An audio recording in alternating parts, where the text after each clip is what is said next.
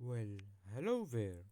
In this video, we're gonna see what happens if the Ottoman Empire does not enter World War One, and the changes.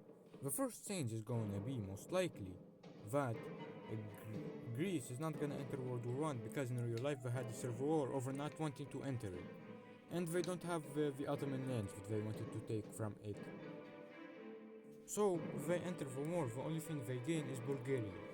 That is not pretty ideal for them, so they're not gonna enter it at all, and simply stay neutral in the war.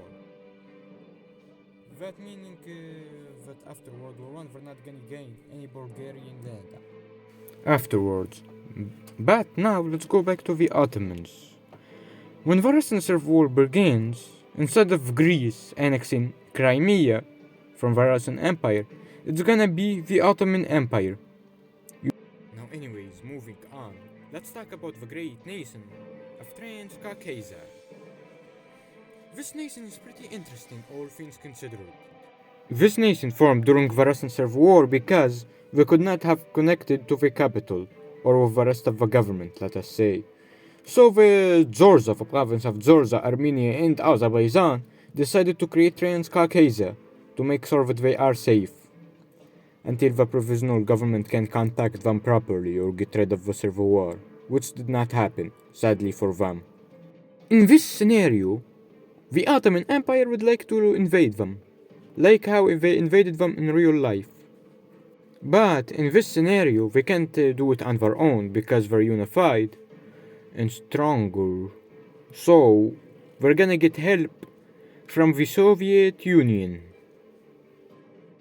The Ottoman Empire and the Soviet Union are gonna negotiate that they're gonna divide up Transcaucasia into two parts. The Armenian part, which the Ottoman Empire is gonna annex, and Georgia and Azerbaijan, which the Soviet Union is gonna turn into a new Soviet, or basically a part of it. The new two provinces of the Soviet Union. So, this video is originally in Arabic, and I translated it. This is extra time that I don't know how to spend on the video, so I'm simply saying this, like that. In the beginning of the Soviet invasion, we're gonna suffer a lot of casualties due to the mountainous terrain of Transcaucasia. But eventually, Transcaucasia is gonna eventually surrender. First, beginning with Georgia, the closest country, then Azerbaijan to the Soviet Union, of course, and then Armenia, not wanting to get genocided, will be forcibly conquered by the Ottoman Empire.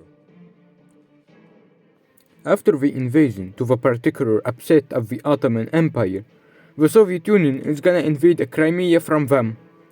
The Ottoman Empire would not be able to declare war on the Soviet Union for Crimea because they're too weak to fight it and they would probably lose their Armenian land trying to. So we're gonna simply have to swallow their pride and simply watch as the Soviet Union annexes Crimea from them. Now let us talk finally about the Ottoman economy. So, we're gonna probably get slightly wealthy from oil, but not a lot, considering that most of the oil that Iraq currently produces, or Saudi Arabia because Iraq stopped producing oil, they sell it to China, who is currently not industrialized. That's not a very well known fact, but China at the time was in a warlord era. Most history books sort of saw it as being unified, but that's not true. And the part of the Ottoman Empire that's gonna produce most of the food is Iraq and Syria. So, after that, what's going to be the wealthiest part of the Ottoman Empire? The answer is obviously going to be Turkey, mainly because we're ruled over by a Turkish nationalist, and they sort of don't care about Arabs and Armenians and Kurdistani people. They simply want to turn them into Turks, linguistically speaking and culturally, but they want them to still be Muslim. Well, here's a map of immigration in the Ottoman Empire in the way I predicted it. I predict most people are gonna immigrate from the Arab Peninsula to Iraq and Syria. And most people from Iraq and Syria are gonna probably immigrate to Turkey. But there's not gonna be a lot of large cities in Turkey considering that it's mountainous, so maybe there could be more cities in Iraq and Syria instead, but I'm not sure. And the Ottoman Empire is gonna most likely do free public education, but not out of kindness of their own heart, but because they want people to speak Turkish, and they're gonna make it so the schools only teach in the Turkish language. They don't teach in Arabic or Armenian or Kurdistan. Now, would the Ottoman Empire intervene in other countries? The answer is obviously yes. We're gonna interfere specifically in the Bar Samar, or in the country named the Mountain of Samar. The Ottoman Empire is gonna most likely support their attempts to unify the Arab Peninsula against the Saudi family.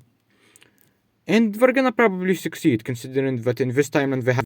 And something that I wanna mention in this scenario, Ireland will probably not get its independence due to the fact that the resources that Britain spent on the Ottoman empires did not go there, meaning that they have some resources now that they can spend fighting the Irish independence war, meaning that Ireland will probably not get its independence. Now, after this non-important matter, is World War II going to happen in this scenario? Well, the answer is obviously yes. The main reason is because we changed nothing that led to the existence of World War II. Maybe Britain is more prepared, so they can stop it, but I think we're not prepared enough. So the first change that we're going to see is in 1940, after France surrenders and the VC government gets established. The Ottoman Empire, seeing the opportunity, is gonna enter the war to take some British land because they think that Germany is currently winning it. The Ottoman Empire's war plan is going to be pretty simple. Basically, they're gonna make Jabal Samar enter the war, or the mountain of Samar enter the war, the country. And we're gonna attack Kuwait using Jabal Samar and Iraq. They control Iraq. And we're gonna attack British Egypt, but we're gonna defend Yemen because they're not strong enough.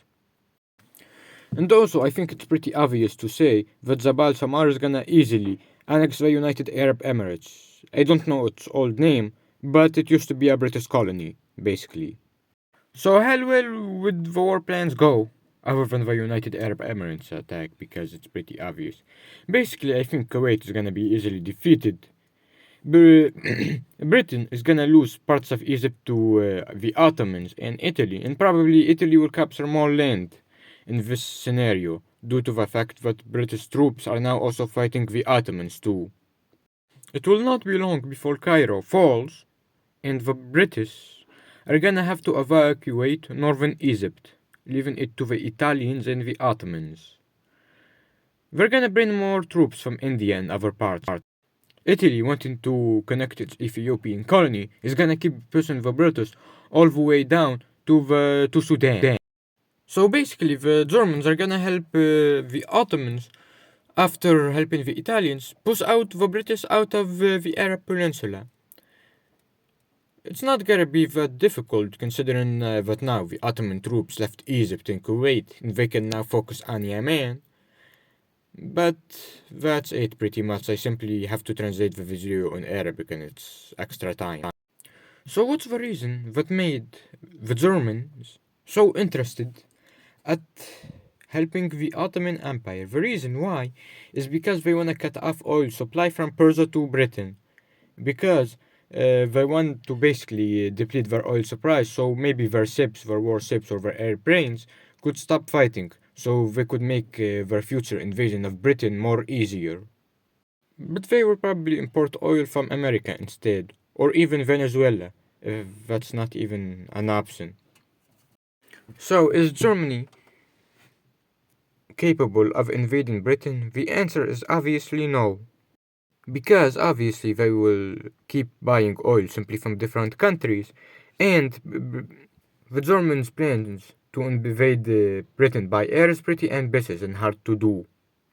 So it will still go like our timeline in the fact that Operation Barbarossa is still going to happen, and Germany is gonna still invade the Soviet Union. But in this scenario, the Ottoman Empire is gonna be involved in Operation Barbarossa. The goal of the Ottoman Empire in this operation is to encircle Azerbaijani oil, with some German support too with them so they can capture it. The reason why is because Azerbaijan produces 70% of Soviet oil. And probably by the end of Operation Barbarossa, they will encircle Azerbaijan. They will not be able to directly take it because of it's pretty mountainous and hard to take, but they would block off most of the Soviet oil and capture some oil fields too. So anyways, this is the end of the video. If you like it, press the like button. If you dislike it, press the dislike button and put a comment down below if you want to. Bye!